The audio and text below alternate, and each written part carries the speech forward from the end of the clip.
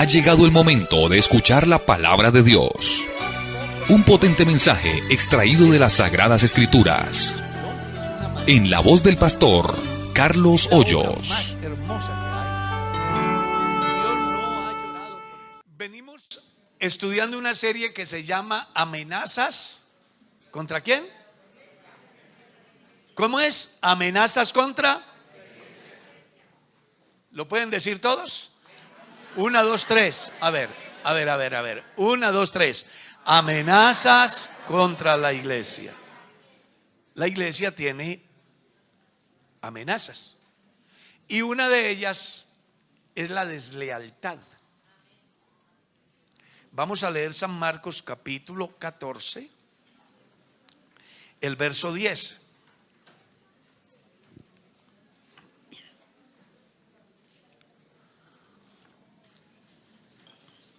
¿Ya encontraron?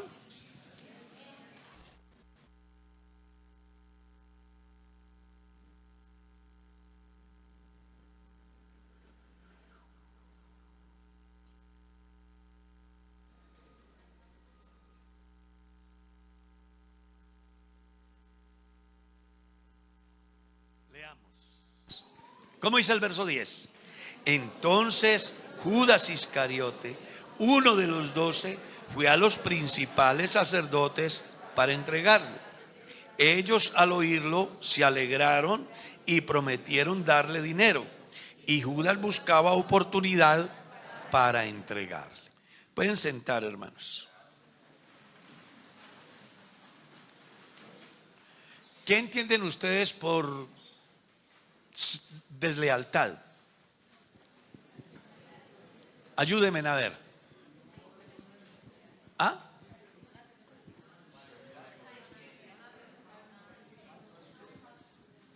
¿Cómo? Falso. Traicionero, por ahí dije. Traición, falsedad, mentira. ¿Usted también? ¿Qué?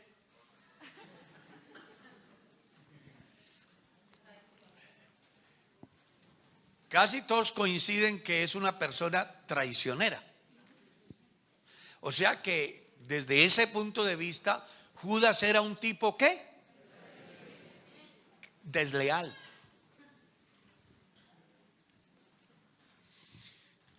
Yo estaba mirando y encontré que las personas desleales manejan como una doble moral. ¿Sí? Delante de mí son unos y cuando yo doy la espalda son otros. Estaba mirando el caso de Judas. ¿Cuántas veces Judas estuvo con Jesús? ¿Cuántas veces vio hacer los milagros? ¿Cuántas veces participó de esos milagros? Sin embargo, un día cualquiera traicionó al Señor. Y me llama mucho la atención porque oyó un comentario. Venga, ¿cómo hiciéramos para tomar preso a Jesús? Y este caballero viene y ofrece entregarlo. Y les da inclusive la señal. Si ustedes leen el Evangelio de San Mateo, encuentran que él dice: a quien yo le dé un beso, ese es. No, ese no es Judas. Judas es el que está diciendo: a quien yo le dé un beso, ese es el Cristo, ese es el que voy a entregar. No valoró nada de lo bueno, de las oportunidades, de los beneficios que tuvo al lado del Señor Jesús. Cuando nosotros traemos a nuestro tiempo esa situación y hablamos de que es una amenaza, lo decimos en el sentido de que muchas veces hemos sido beneficiados por Dios a través de la iglesia, ¿o no? recuerden lo que hemos dicho. Hay 3 razones por las cuales vale la pena estar aquí: Dios, mi familia y mi iglesia. Este mundo sin Dios, sin familia y sin iglesia, dígame qué es. Dígame para dónde iría este mundo. Irían para todo lo que destruye, lo que hace daño, lo que afecta, lo que lleva al hombre incluso al infierno mismo. ¿Y cómo es de que yo, siendo miembro de la iglesia, soy desleal? ¿Y cómo se ve esa deslealtad? Cuando yo organizo sindicatos dentro de la iglesia en contra de determinada persona. Organizo lo que llaman por ahí en el lenguaje popular, tengo una rosca, ¿no? ¿Han oído por ahí? Es que ese es de la rosca. ¿Han oído decir eso? No, es que ese es de la rosca. Gracias a Dios, la rosca de la cual yo formo parte son todos. Aquí nadie puede decir que el pastor ha ido a visitar a Julano porque tiene plata, o que mantiene en la casa de la doctora Karen o del doctor Esteban porque son médicos, o que esté en la casa de no sé quién porque trabaja en el alto gobierno. Nadie puede decir eso. Porque yo he creído que en Cristo todos somos iguales. Aquí delante de Dios, el rico y el pobre, el intelectual y el no intelectual, el que lleno de salud camina y el que va en silla de ruedas, la gran verdad es que todos somos iguales. Y a mí me gusta eso porque Dios no hace, alaben al que no hace acepción de personas. Aleluya. Entonces, por alguna decisión desde el orden administrativo, se genera incomodidad en determinadas personas y en vez de ayudar para que todo vaya hacia adelante, comenzamos a hablar mal del pastor, de la iglesia, del hermano, de la hermana, cuando nosotros somos por lo que somos por 2 razones: por la misericordia de Dios y porque ha habido una iglesia que nos ha abierto la puerta. La deslealtad tiene unas connotaciones bastante graves, delicadas. Imagínense, el escritor a los Hebreos dice: mirad, hermanos, que no haya entre vosotros alguno que deje de alcanzar la gracia del Señor, brotando en él alguna raíz de amargura, por la cual muchos sean ¿qué? Contaminados. La deslealtad lleva al creyente a dañarle la conciencia al otro acerca de determinada persona, porque él tiene ¿qué? Una amargura. Y eso es como un virus, como una infección que va invadiendo y que va haciendo daño. Entonces, es muy importante que cuando usted y yo tengamos algo que sentir del hermano, vamos a tener en cuenta por lo menos 3 cosas. La primera: ¿tengo el don de exhortación para llamarlo a solas y exhortarlo? La segunda: si no tengo el don de exhortación, debo de buscar al pastor para que me ayude en eso. Y la tercera: ¿cómo me gustaría a mí que me trataran si yo tuviera el problema? Si yo logro reunir esas 3 cositas, es muy posible, ojo, es muy posible que no haga daño en la comunidad. Somos una comunidad, somos hermanos. Pero cuando yo hago mesa redonda en la casa de determinada familia para no, es que claro, como es él, si no fuera él, claro, porque es familiar, ¿sí? Pero si fuera otro, quién sabe cómo sería. Y eso lo escuchan los niños, ¿cierto? Los que están en casa. Y entonces creen que eso le hace bien a la iglesia o le hace daño. ¿Qué dicen? Ahora cuando escucha uno personas que hablan así de esta manera: no, es que en esa iglesia todos, esa iglesia no son sino chismosos. Por uno o dos que dijeron algo que no era, o que a lo mejor dirían lo que es. ¿Sí? Una vez una niña se fue para la luna, se comieron la miel antes de irse para la luna. Entonces surgió un comentario, vinieron y le comentaron a mi esposa lo escuchó, y lo que la hermana que está afectada dice es que la iglesia, y mi esposa le dice: ¿y qué está diciendo la iglesia?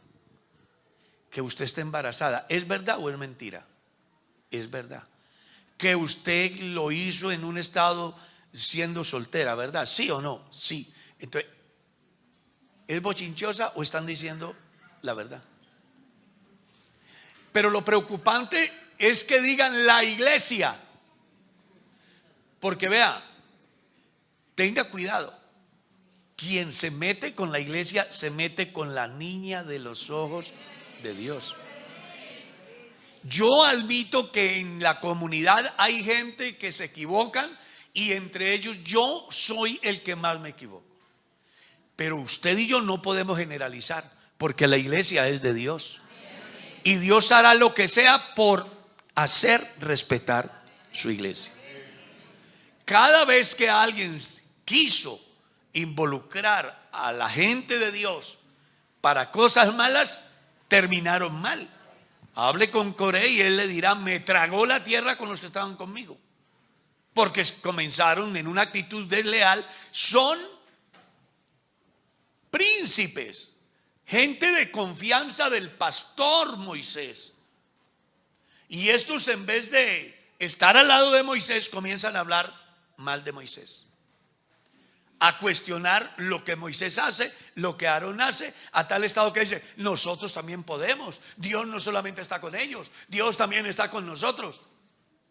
Y lo oyó Dios, y ya ustedes saben el fin de Coré. Léalo, Números capítulo 16. ¿Se dan cuenta ustedes? Casi siempre las personas que tienen una amargura por alguna circunstancia que puede ser justificable o no buscan la sanidad interior, la sanidad espiritual a tiempo, no solamente se dañan ellos, sino que dañan a muchos, y termina la iglesia involucrada en un problema bien serio. Entonces, vamos a tratar de ser leales a Dios, a la esposa, al esposo, a los padres, a los hijos, a su pastor, a su iglesia, porque somos peregrinos y vamos para el cielo. ¿Qué dicen? ¿Estamos de acuerdo? Alaben pues al Señor, hermanos.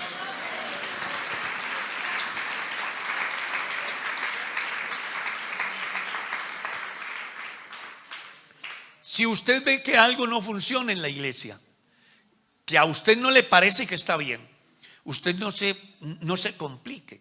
En vez de decirle a Julanito o a Peranito, buscar un sindicato, usted llama al responsable. Pastor, venga, yo necesito hablar con usted. Que el pastor los va a escuchar.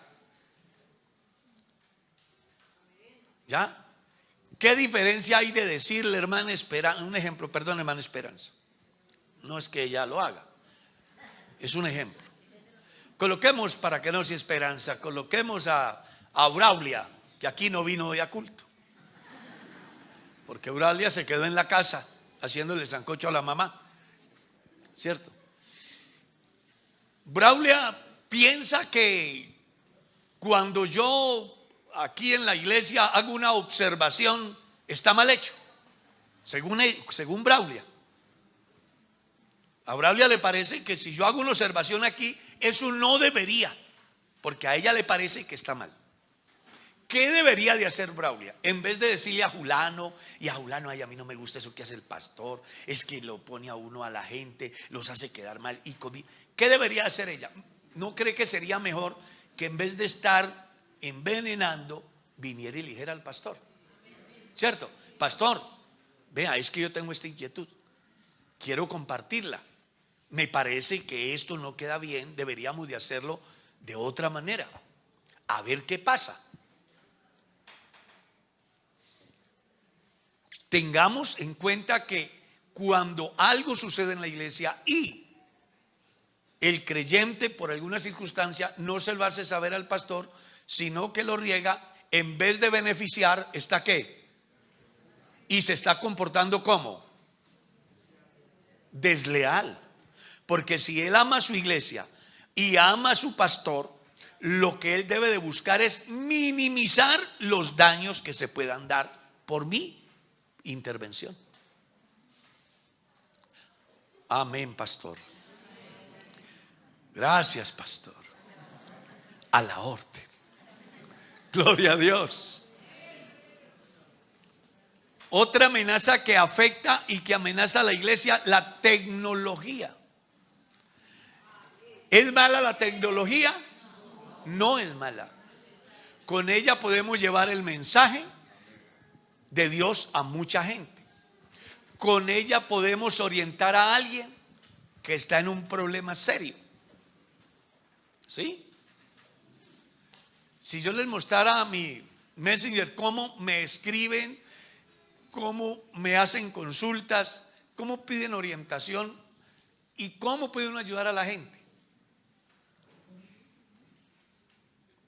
Pero ¿cuántos no manejamos bien la tecnología? Entonces, en vez de manejar el Face para enviar un texto de la Biblia a mis amigos, lo manejo para contarle que tengo un problema sentimental con mi mujer. ¿Sí? Hoy ha sido uno de los días más tristes de mi vida. Entonces aparece la bondadosa al otro lado. ¿Y qué le ha pasado? Es que anoche tuve un problema con mi mujer porque llegué 5 minutos tarde. Yo no sé por qué las mujeres son tan cansonas. Yo no soy así como ella. Entonces comenzamos a recibir consejos. Y en esa consejería terminamos involucrados. Por eso por ahí salió algo muy interesante. Yo los declaro marido y mujer hasta que el Face los separe. Porque entre cielo y tierra no hay nada que Face no lo haga conocer. Entonces, qué bueno que nosotros tengamos en cuenta que las redes sociales mal manejadas, la tecnología mal manejada, es una amenaza para la iglesia. Y no solamente desde el punto de vista moral, sino doctrinal. Usted encuentra cualquier cantidad de propuestas. Yo estaba mirando qué día y alguien ha sacado un video que dice: Judas no era ningún malo, ni tampoco traicionó a Dios. Y monta una tesis que solo la creerán los que no han leído la Biblia, ¿ya? Para echar por tierra el mensaje evangélico. Estaba mirando una discusión de un pastor, no sé de qué organización, con unos periodistas que le cuestionan el Nuevo Testamento, porque según el periodista dice que el Nuevo Testamento es el resultado de una tradición, que por qué los cristianos no tienen un Nuevo Testamento diferente, sabiendo que es una tradición diferente. Y han enredado al pastor.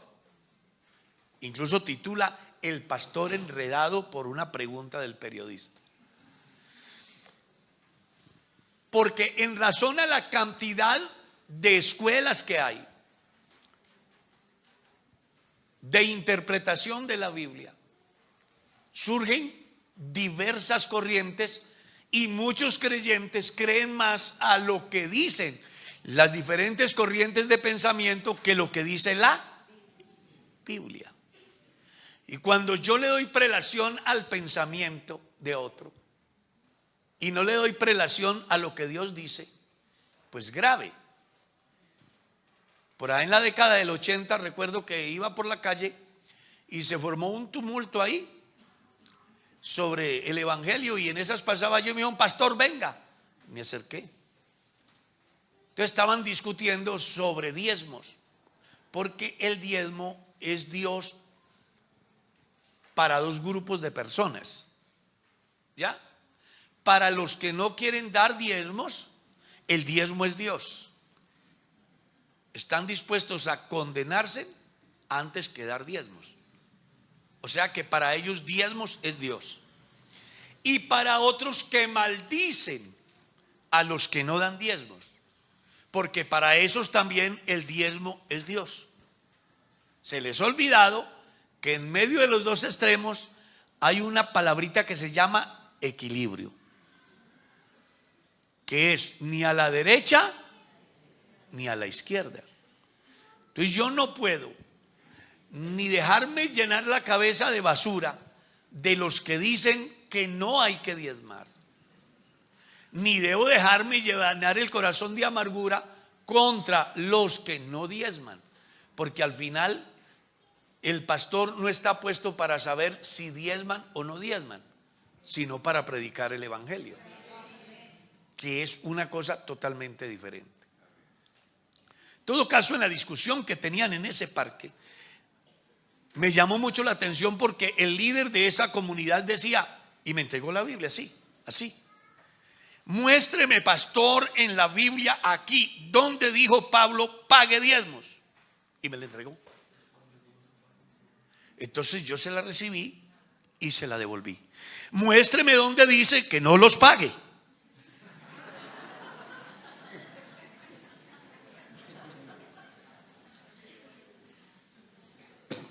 Hermano, la tecnología es muy peligrosa porque ahí encuentra usted las diferentes corrientes de pensamiento. Ahí usted encuentra corrientes que dicen que no se pueden cremar a los difuntos, que no se pueden sepultar en bóveda, y sacan su argumento. Encuentra usted ahí la forma cómo suicidarse y cómo evitar suicidarse. Entonces, por eso cuando yo hablo de la tecnología, estoy hablando en todas las áreas. El predicador que para organizar su sermón tiene que ir al internet a coger el bagazo de alguien que no conoce a Dios para tratar de hacerlo llegar al pueblo, cuando el mejor sermón se encuentra a los pies de Jesús. Cuando las personas leen la palabra de Dios, viven la palabra de Dios y hablan con Dios, Dios hará lo que Él quiere hacer en medio de su pueblo a través de la palabra. Usted verá si alaba al Señor, hermano.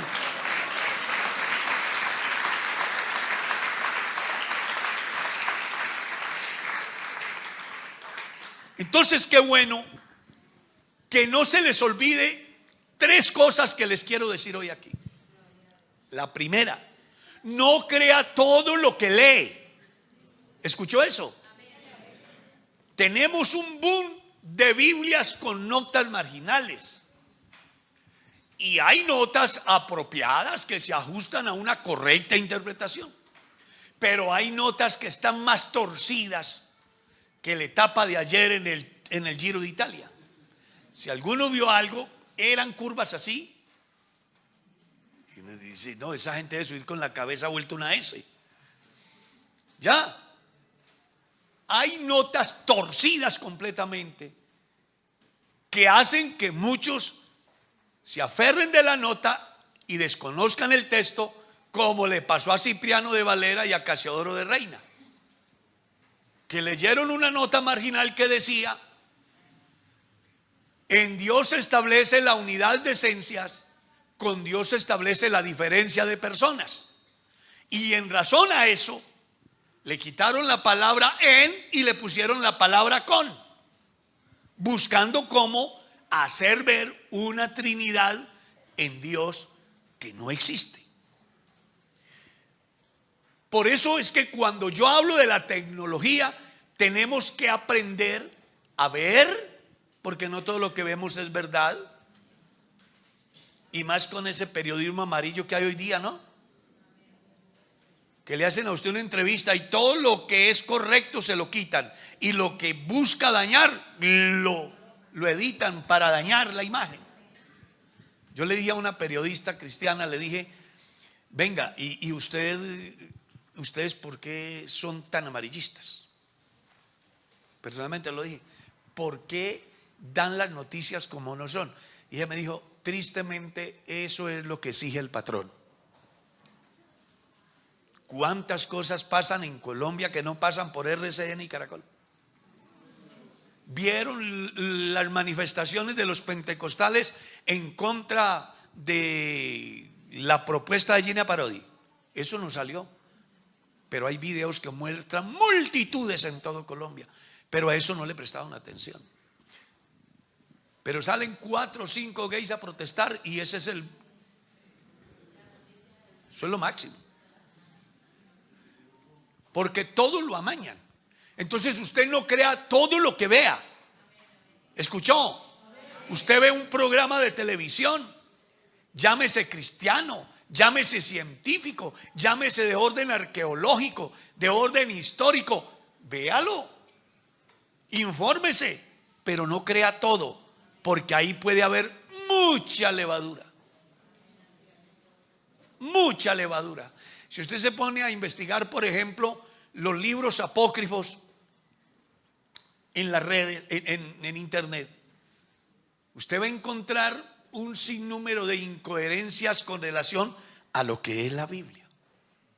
Y hay algo, y muchos creyentes creen: no, pero es que, hermano, este libro es contemporáneo del Evangelio de Lucas, es contemporáneo de los evangelios. Mire que fue escrito en tal año y lo descubrieron hace poco. Y mire lo que él dice.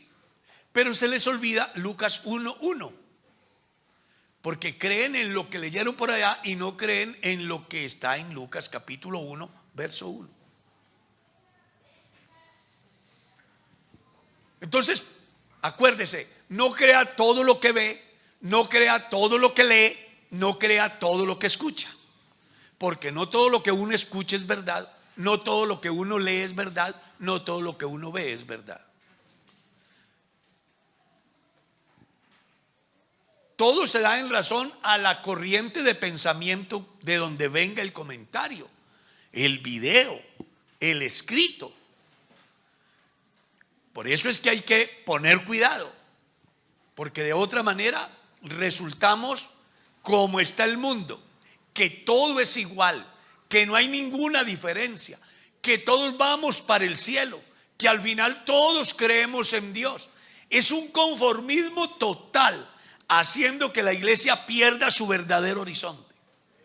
La iglesia debe de marcar la diferencia, porque tenemos a Dios, le conocemos y tenemos su carta, que es más segura que cualquiera. Usted verá si alaba al Señor.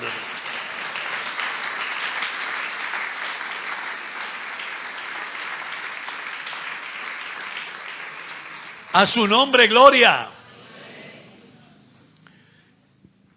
Hablando de la tecnología, conozco casos de personas que se han entregado tanto a la tecnología que están secuestrados en un cuarto esperando la muerte, aferrados a su computador.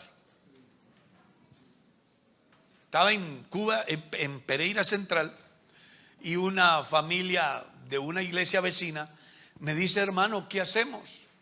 Es que, ¿cómo le parece que tengo un hijo que tiene 6 meses encerrado jugando? No sale ni siquiera a comer, hay que llevarle la comida allá.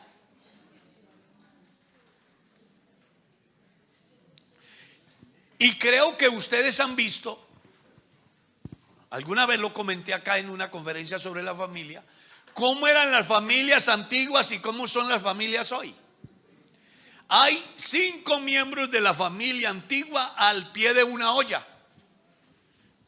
metiéndole leña, echándole agua, moliendo la natilla.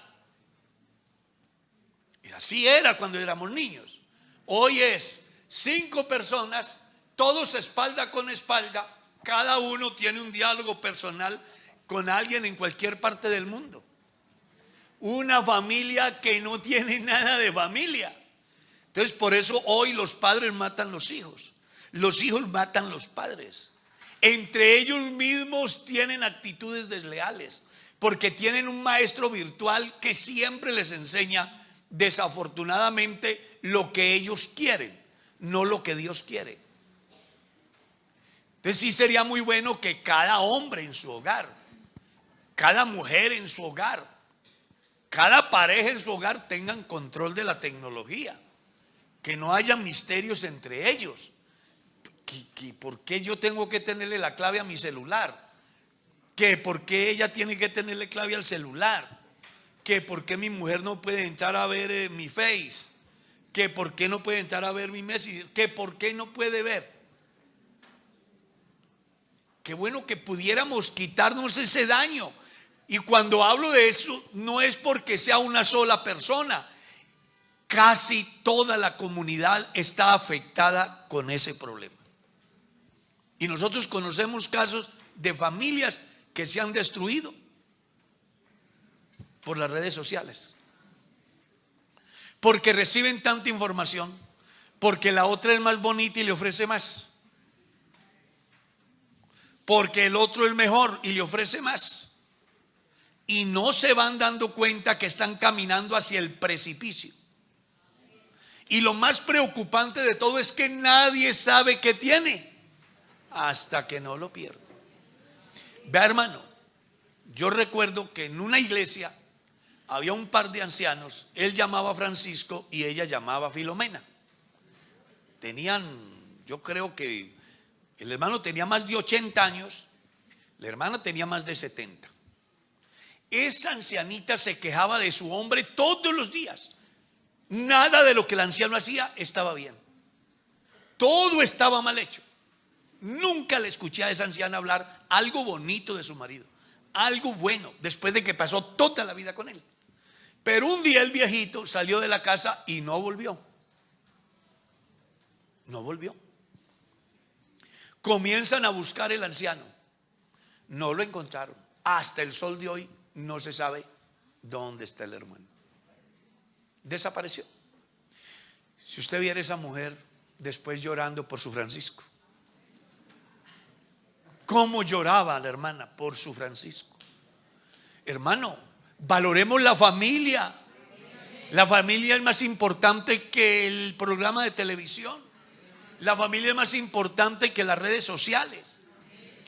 No me gustaría mucho hablar en primera persona, pero si yo me estoy viendo lo único que me gusta de verdad de la televisión, ¿quiere que me comience con ustedes?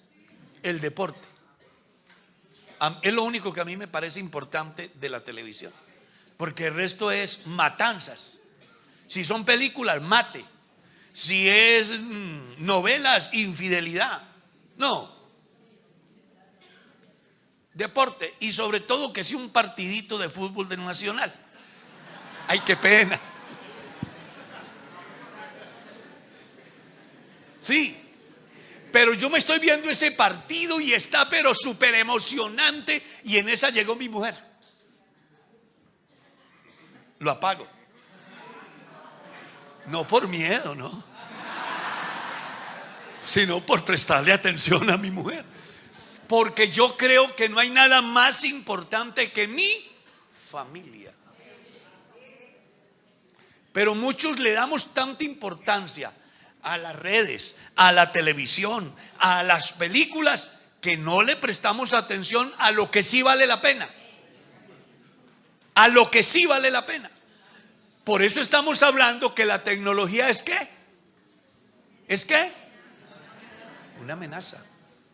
y no pequeña. Yo escuché a un pastor, porque escuchen lo que les voy a contar. Nosotros tenemos aquí servicio de televisión y a esta hora nos están viendo en diferentes partes del mundo. Yo sé que a esta hora hay otra iglesia viéndonos en cualquier parte del mundo. Y escuché a un pastor diciendo: yo no voy a ponerme con esas cosas para que la gente no vaya a culto. Se conformen con estar allá al pie de su pantalla mirando el culto a la distancia. Porque han habido creyentes que, como tienen el pan ahí en el cuarto donde están, se les olvida la otra parte de la Biblia que dice: mirad cuán bueno y cuán delicioso es que habitar los hermanos. ¿Cómo? Porque allí envía el Señor ¿qué? Bendición y vida eterna. Entonces yo tengo que ponerle cuidado a eso. Muy bueno. Ese canal me parece maravilloso para esos ancianos que no pueden venir, o para algún hermano que llegó ya cuando a su casa y está a una hora de la iglesia, y si se viene no alcanza el culto, pues me voy a entrar y me voy a ver acá. Pero si tiene el tiempo, qué mejor que estar aquí en la presencia de Dios. Amén. Alabe a Dios, hermano.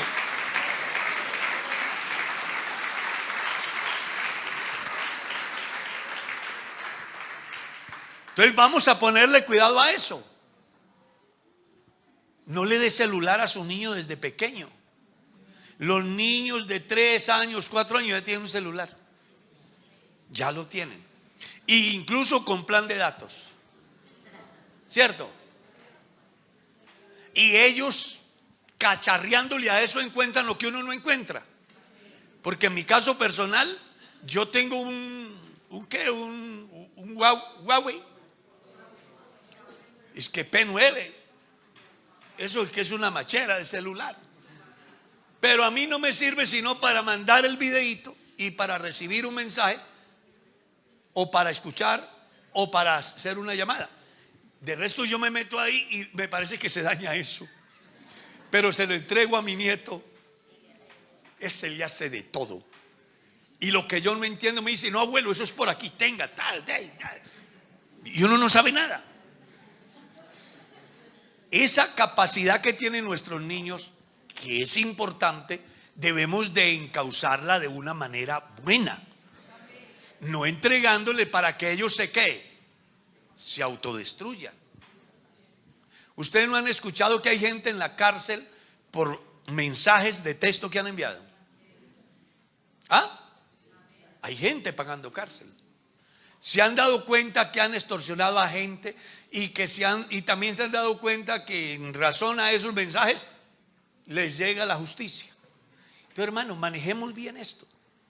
Aprovechemos. Yo vivo feliz porque Dios me dio la oportunidad de vivir el día de hoy, de tener todo lo que hoy tenemos. Yo no digo lo que dice la gente: ay, que antiguamente era mejor. A mí no me parece que era mejor.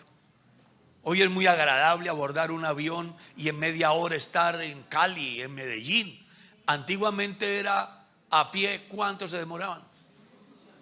Entonces nunca fue mejor ayer que hoy, ¿o sí? No. Ayer nosotros teníamos que ir al campo, traer una rume de leña, y si estaba lloviendo, esa leña mojada para meterle candela para ver cuándo se cocinaba la guapanela.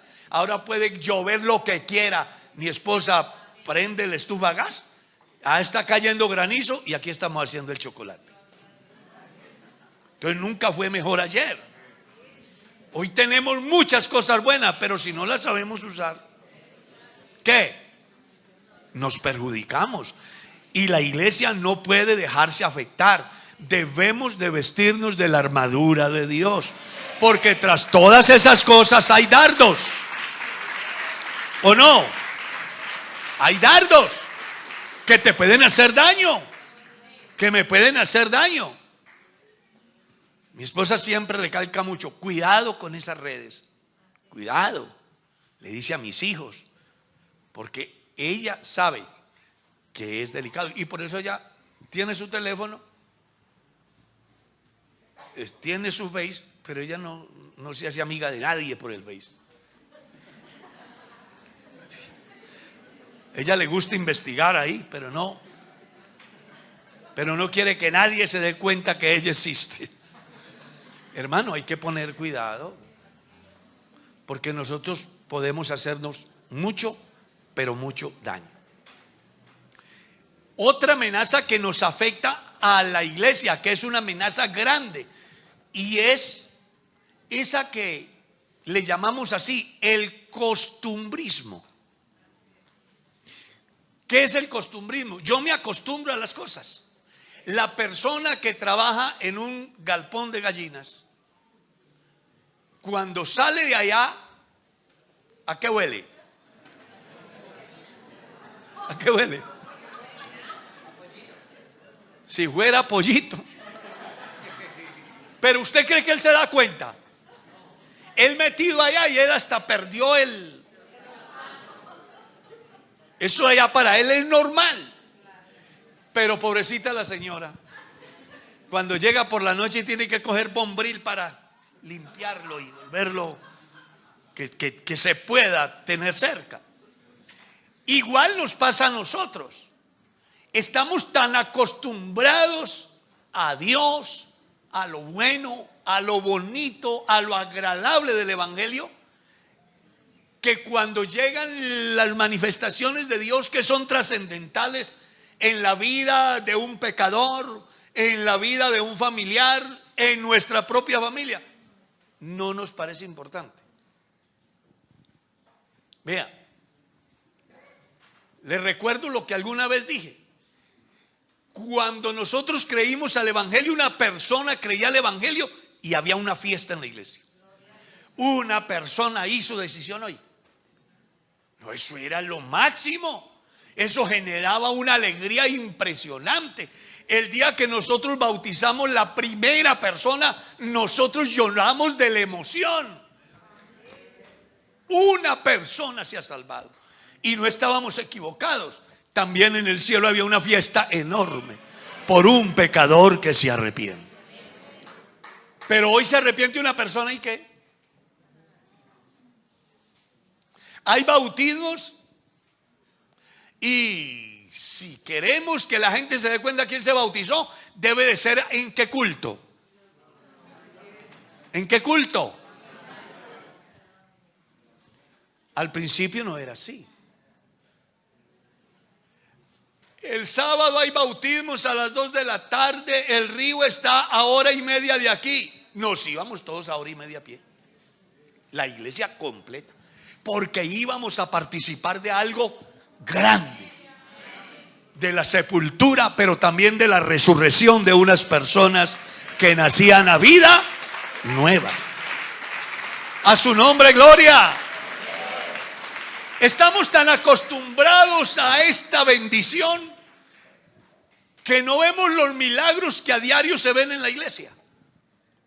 Y entonces encontramos cristianos diciendo, ¿por qué será que hoy no se ven milagros? Y estamos llenos de milagros en la iglesia, pero que es que como estamos tan acostumbrados no los vemos. Yo sí quiero que el Espíritu Santo trate con la iglesia hoy, que despierte nuestra conciencia, que nos haga reaccionar, que podamos hacer desaparecer ese espíritu de conformismo. La Biblia dice, no os conforméis a este siglo. Así dice, ¿no? Sino renovad vuestro entendimiento. Porque de la única manera que los cristianos pueden ver un poquito más allá de las narices es cuando nos metemos en Dios. Porque Dios sí nos lleva mucho más allá. Mucho más allá. Alabe el poderoso nombre de Cristo. Aleluya.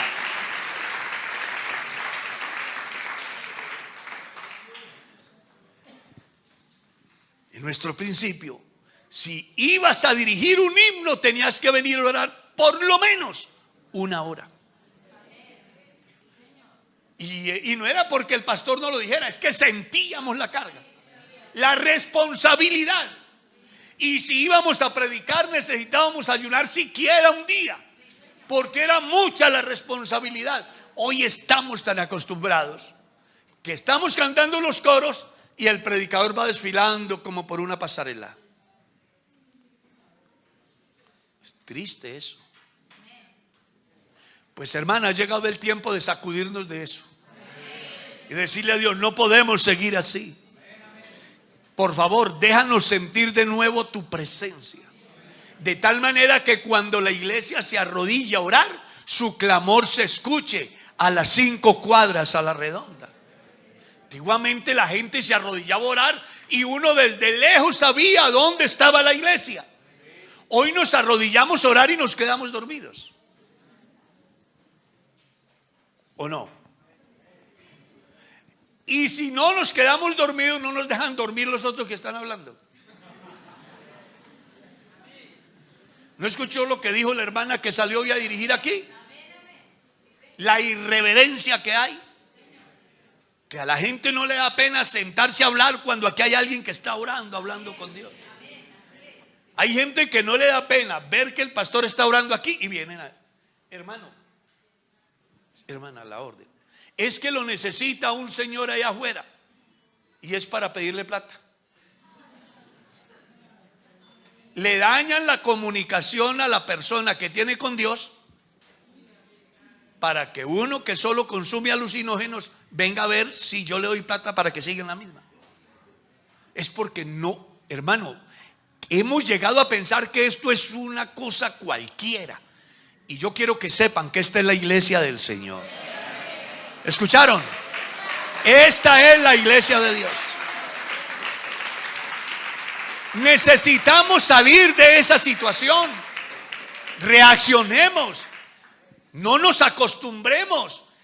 Todos los días preocupémonos por ser mejores, por sentir más de Dios, por tener más a Dios, por disfrutar más de sus bendiciones, por conocerle a mayor profundidad.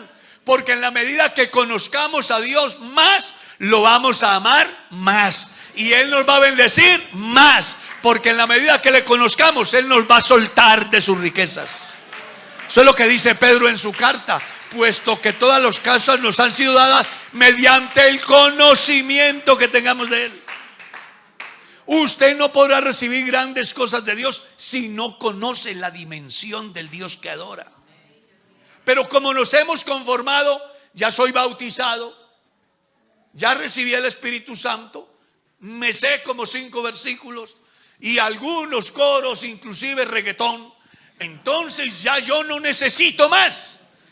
Pero ha llegado el tiempo de buscar de Dios. Ha llegado el tiempo de reaccionar. Alaben el poderoso nombre de Cristo.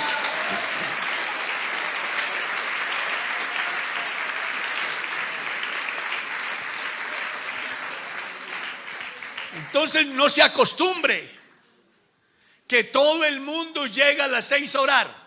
Pues véngase usted y esté a las 5 o véngase a las 4. Yo he ido a algunos lugares donde me han invitado a predicar, faltando un cuarto para las 7 de la noche, y es que el salón cerrado. Y uno dice: ¿será que hoy va a haber culto aquí? Eso me sorprende a mí. Porque nos está pasando lo de la religión católica. Solamente llegar a sacar la lengua para que le coloquen el pedazo de pan de trigo. Ya. Pero la vida cristiana no puede ser así. La vida cristiana es una vida devocional. Los cristianos debemos de tener respeto por las cosas sagradas. Y debemos de comprender que si queremos abundante bendición de Dios, Él dice: yo amo a los que me aman. ¿Y qué? Y me hallan los que temprano me buscan. Oh Jehová, de madrugada te buscaré. Cuando los cristianos aprendemos a depender de Dios, a buscar de Dios, a desligarnos de tanta cosa que hay en el mundo, estoy seguro que algo trascendental puede ocurrir en su vida y en mi vida.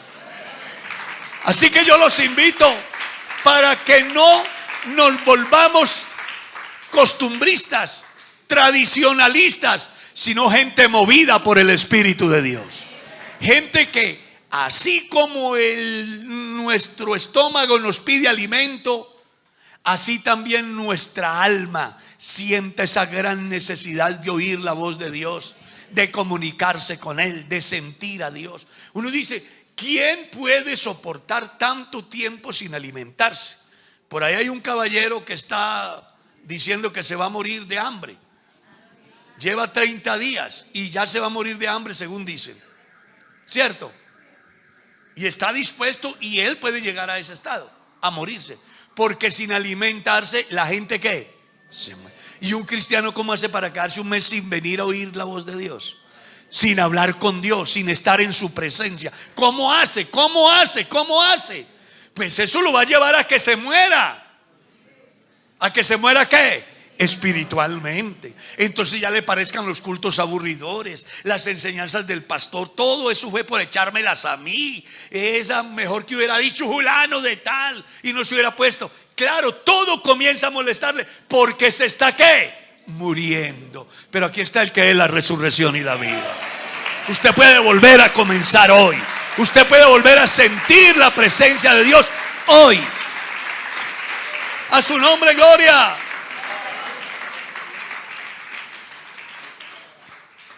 Por eso quiero que nos vacunemos hoy contra esas 3 enfermedades. La tecnología mal usada. ¿Cuál fue la otra? La deslealtad. ¿Y cuál es la otra? El costumbrismo. Y solo hay una manera. ¿Sabe cuál es? Amando a Dios con todo el corazón, con toda la mente, con todas las fuerzas, con todo el alma. ¿Quieren dar gracias? ¿Quién da gracias?